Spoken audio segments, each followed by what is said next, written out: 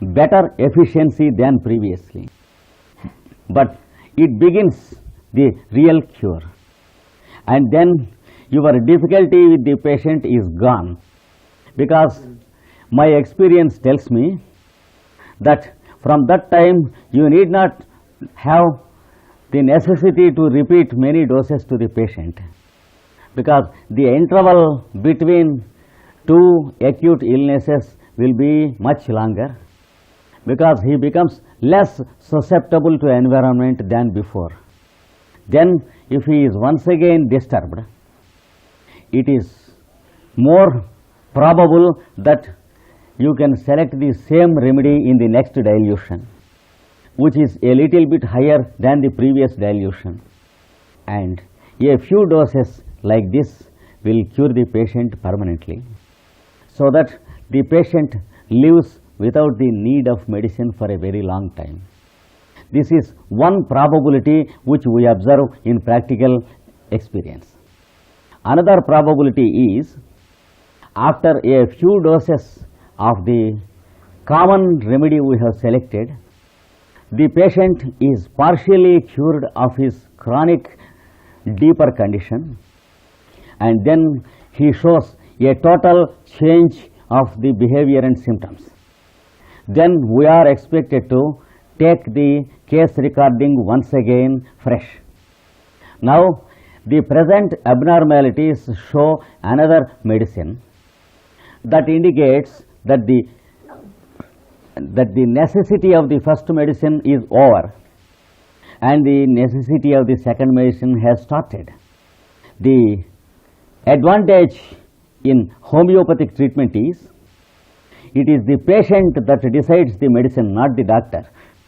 So the patient indicates the medicine, whereas in allopathy the doctor prescribes the medicine.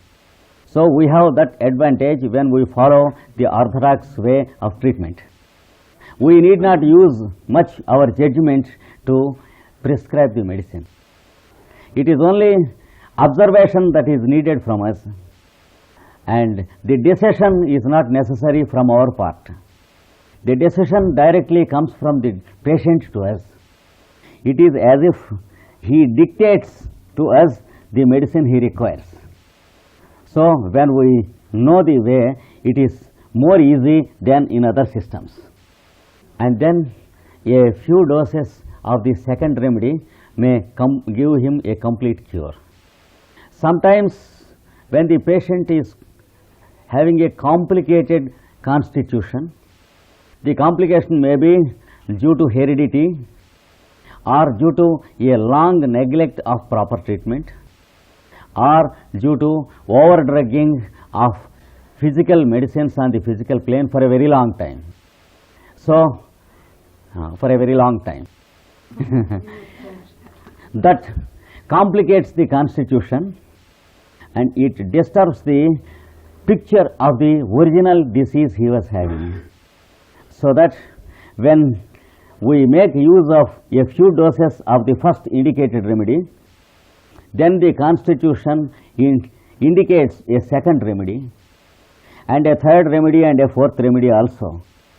But always one remedy should be used at one time.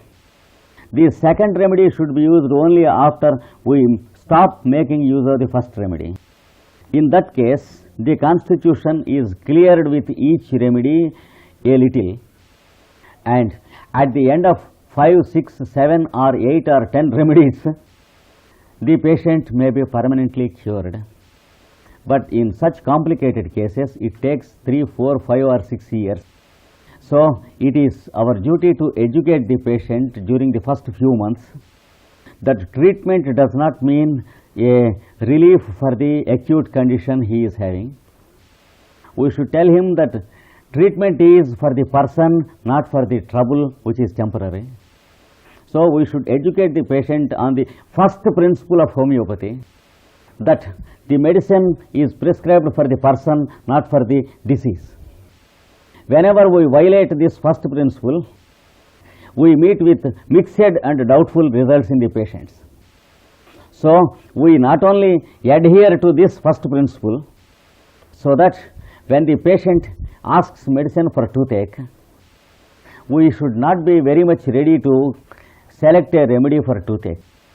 A patient of headache, we should not select a remedy on the basis of headache, because headache and toothache are only indications which point out that the patient is having a disease.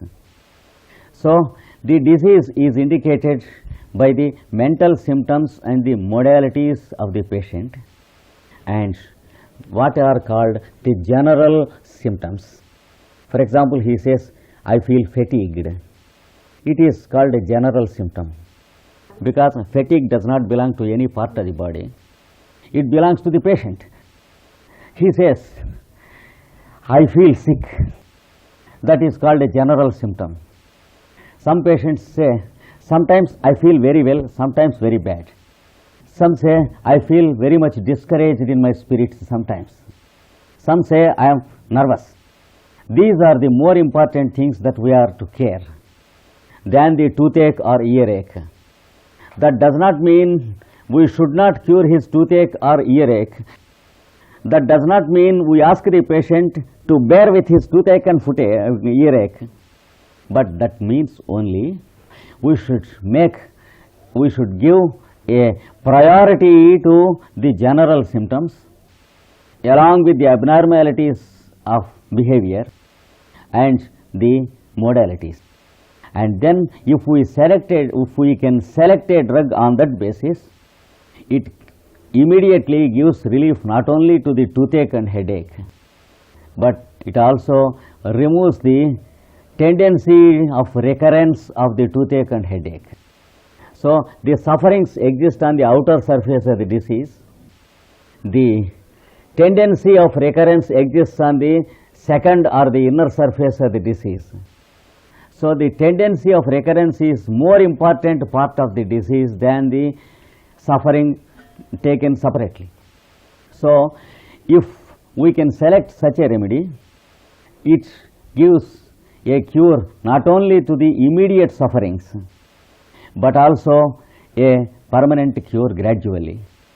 And the real test of a real remedy we have selected is not only the immediate relief of his suffering.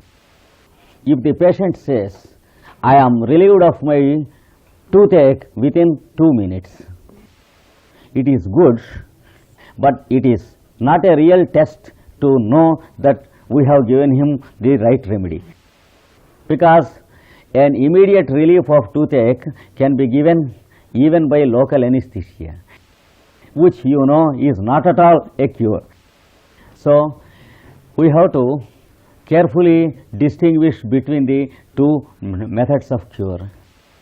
Whenever the patient is speaking of his sufferings, notice the sufferings also, but more important, what is more important is you understand the patient who is speaking from behind and try to select a remedy.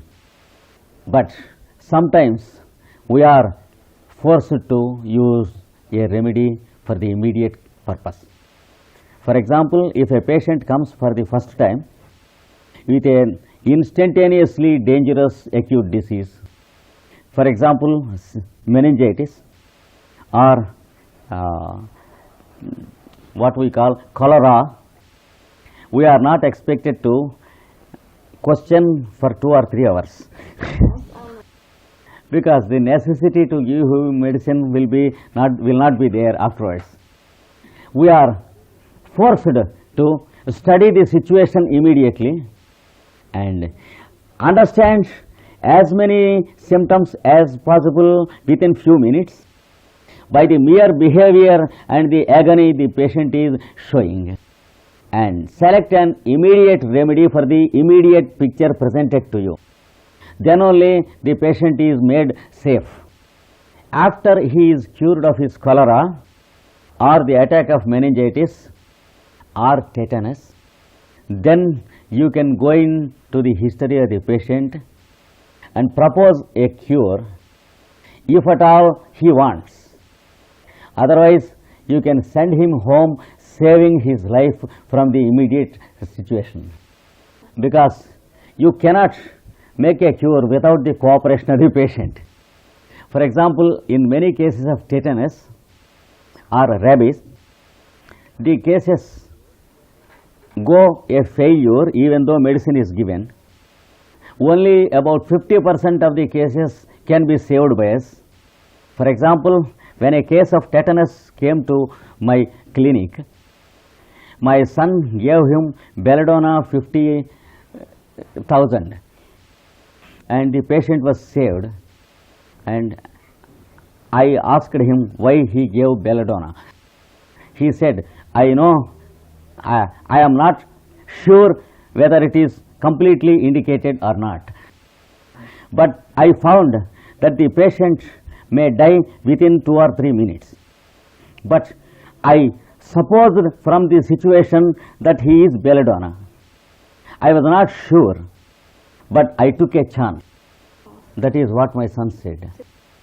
But what is more important is the patient is saved, because luckily my son had the correct impression of the patient. Like that, we have to do the immediate treatment many times.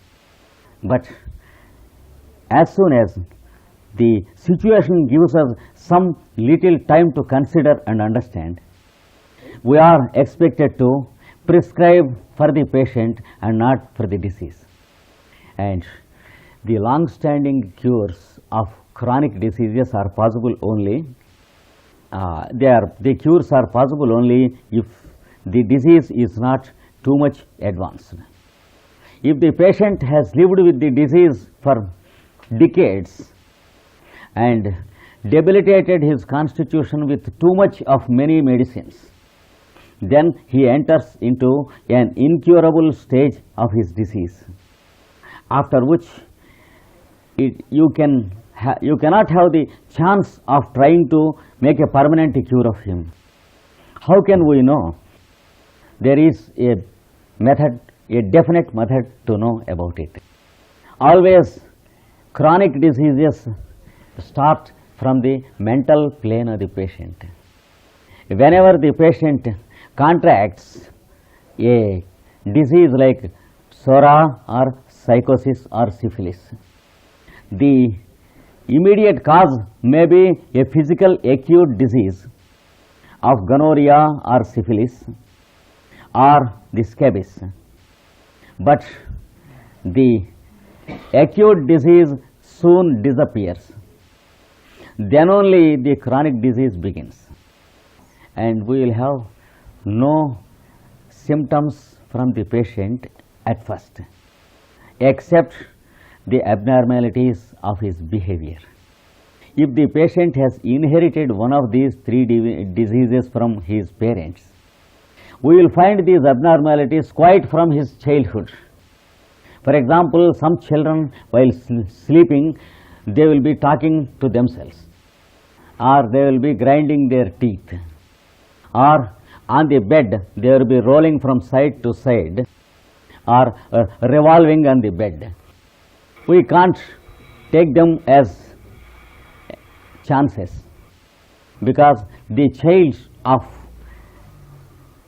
healthy parents sleeps very calm on the bed, and if the child is irritable and not of good humor with others when he is growing, when he is not one with the many children in the school, when the other children find a problem with him, and when he finds a problem with other children, so that he tries to escape from the school, spend some time outside and go home in the evening, we have to invariably understand the chronic disease existing with the child.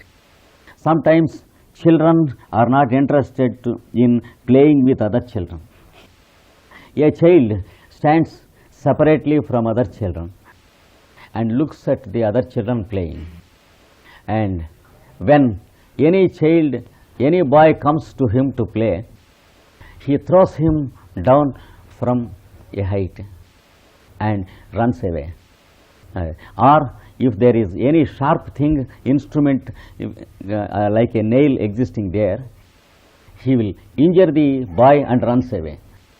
So we have problem children, irritable children, nervous children, those who are inclined to injure other children or injure themselves. Sometimes if a child is too angry, he hits his head to the wall, yes, or hits the head with something on his head. All these children are no doubt the children of unhealthy parents. We are not expected to remark the parents about their ill health. We have to understand that the children are having a chronic long-standing disease in them, existing only on the mental plane in the form of so many abnormalities of behavior. At that stage, it is totally curable, and 100 children out of 100 will be totally cured, because the functions are not disturbed in the body still, and the tissues are not disturbed. So that if a purely allopathic doctor examines the child, he finds no disease at all in the child. He says that the child is quite healthy, he is only obstinate, treat him psychologically. That is the advice he gives. But a homeopathic understanding will make you know very easily that the child is sick, and the sickness has travelled in his mind, lodged in the plane of his consciousness, and not yet descended into the plane of his vital force, because his functions are not yet disturbed. His digestion is not yet disturbed, his respiration is not yet disturbed. He is walking, running, everything okay. So his vital force is not disturbed, and the physical matter of the tissues is not disturbed. Now it is very easy to cure the child completely. After some time, as the child grows into a student, he begins to show signs that the disease descended upon his vital force, that is disturbing in vital functions. Yes, he spray into the nose. His nose is completely blocked throughout the year. All through the year he is having nasal cataract. He should use this spray always, once or twice or thrice every day.